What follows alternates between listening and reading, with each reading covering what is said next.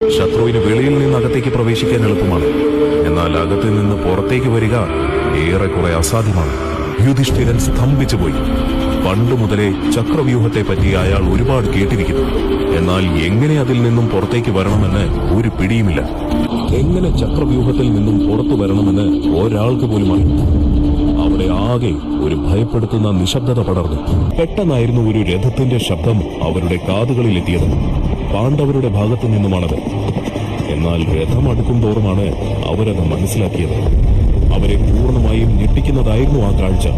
പാണ്ഡവരിൽ എല്ലാവരിലും ആ കാഴ്ച ഭയം നിറച്ചു. എന്തിനേറെ പറയുന്നു, കൗരവർ പോലും ആ കാഴ്ച കണ്ടു ഞെട്ടി. അങ്ങനെ വെറും 16 വയസ്സായപ്പോൾ തന്നെ ഒരു മുതിർന്ന യോദ്ധാവ് പഠിച്ചിരിക്കേണ്ട എല്ലാ ആയുധമുറകളും അവൻ പഠിച്ചു. എന്നാൽ ഗുരുകുലം വിടാൻ നേരം അവൻ കൃഷ്ണനോടൊരു ചോദ്യം ചോദിച്ചു. ചോദിക്കാൻ പാടുണ്ടോ എന്ന് എനിക്കറിയില്ല. എനിക്ക് ചക്രവ്യൂഹത്തെ പറ്റി പഠിപ്പിച്ചു തരുമോ? അഭിമന്യു ചെയ്തത് എടുത്തുചാട്ടമാണോ എന്ന ചിന്ത യുധിഷ്ഠിരനിൽ വന്നു. അവന് വെറും 16 വയസ്സിലെ പ്രായവും ബുദ്ധിയുമല്ലേ ഉള്ളൂ. എന്തുകൊണ്ടത് ഞാൻ ആലോചിച്ചില്ല? അഭിമന്യു ചക്രവ്യൂഹത്തിനകത്ത് കയറി. ചക്രവ്യൂഹം ഉടൻ തന്നെ അടച്ചു.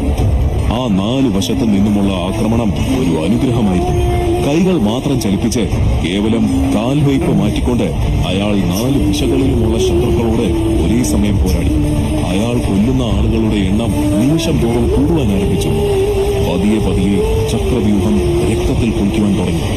നിമിഷ നേരം കൊണ്ട് ചക്രവ്യൂഹത്തിന്റെ താളം തന്നെ അയാൾ തെറ്റിച്ചു. അതിശക്തരായ യോദ്ധാക്കളെ വരെ അഭിമന്യു കൊന്നുകൊണ്ടിരുന്നു. ശേഷം എല്ലാവരും കൂട്ടമായി അയാളെ ആക്രമിക്കുവാൻ ആരംഭിച്ചു. നിരവധി അമ്പുകൾ ആ 16 വയസ്സുകാരന്റെ ശരീരത്തിൽ ആഞ്ഞു കയറി. പെട്ടെന്നായിരുന്നു ആ ശബ്ദം അവരെ ഞെട്ടിച്ചത്. എന്നാൽ ശബ്ദത്തേക്കാൾ ഉപരി ആ കാഴ്ച അവരെ ഭയപ്പെടുത്തി. അഭിമന്യു രഥത്തിന്റെ ചക്രമേന്തി നിൽക്കുന്നു. എതിരെ വരുന്ന എല്ലാവരെയും അയാൾ ആ ചക്രം ഉപയോഗിച്ച് കൊല്ലുന്നു. എല്ലാവരുടെയും ഉള്ളിൽ ആ കാഴ്ച ഭീതി നിറച്ചു.